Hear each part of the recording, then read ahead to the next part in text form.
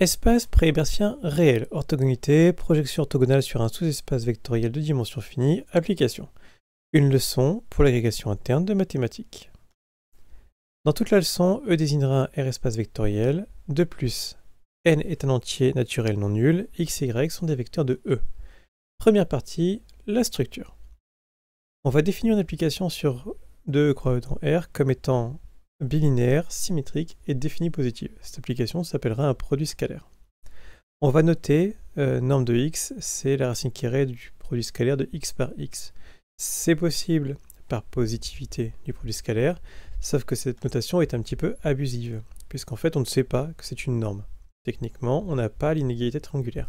Ce sera l'objectif de la fin de la première partie. Alors, on va définir le couple E produit scalaire comme étant ce qu'on appelle un espace préhébertien réel. Quelques exemples. Tous les espaces euclidiens usuels sont des espaces préhébertiens réels ou complexes, il faut voir.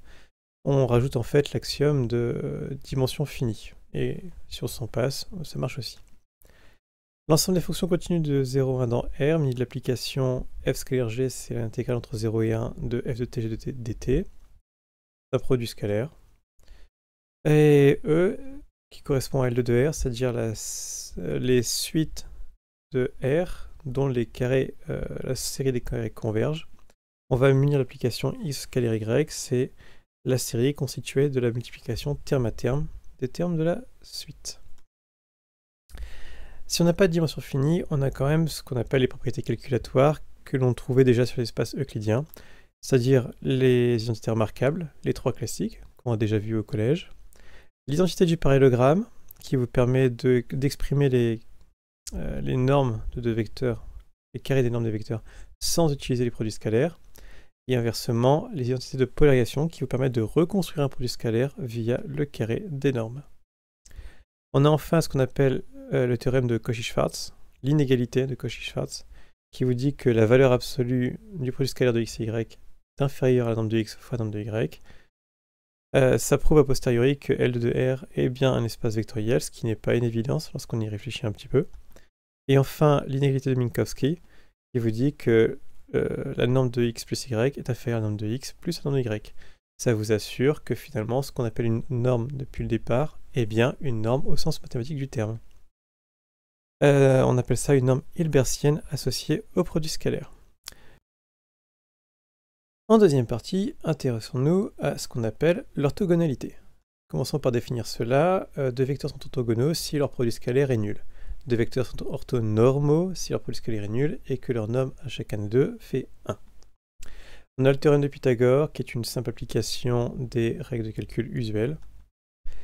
On a la définition d'une famille de vecteurs non nuls orthogonales, c'est-à-dire et respectivement orthonormales, si tous les vecteurs sont 2 à 2 orthogonaux, respectivement orthonormaux. Petite propriété, facile à démontrer, une famille orthogonale, donc constituée de vecteurs non nuls, est libre.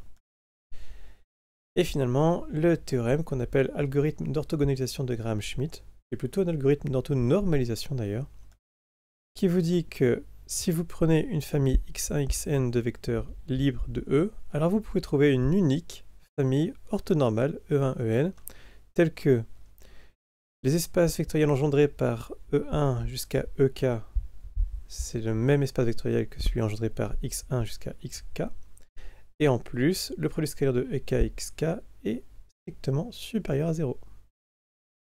Ça fonctionne très bien avec ce qu'on appelle les polynômes orthogonaux. Ce sera un développement possible à la fin de la leçon. Allez, on enchaîne avec les projections. On va commencer par définir ce qu'on appelle une partie, enfin l'orthogonale d'une partie. Une partie A de E, son orthogonale, ce sera tous les vecteurs de E, tels que pour tout point de A, vous avez x scalaire A qui fait 0. Et le bi-orthogonal, c'est l'orthogonale de l'orthogonale. Alors, petite remarque, première propriété, l'orthogonale de A, c'est un sous-espace vectoriel de E. Ce qui veut dire que quand vous faites l'orthogonale d'orthogonale, vous ne retombez pas sur A, puisque A, lui, n'a pas de structure d'espace vectoriel, a priori. Du coup, vous n'avez qu'une seule inclusion.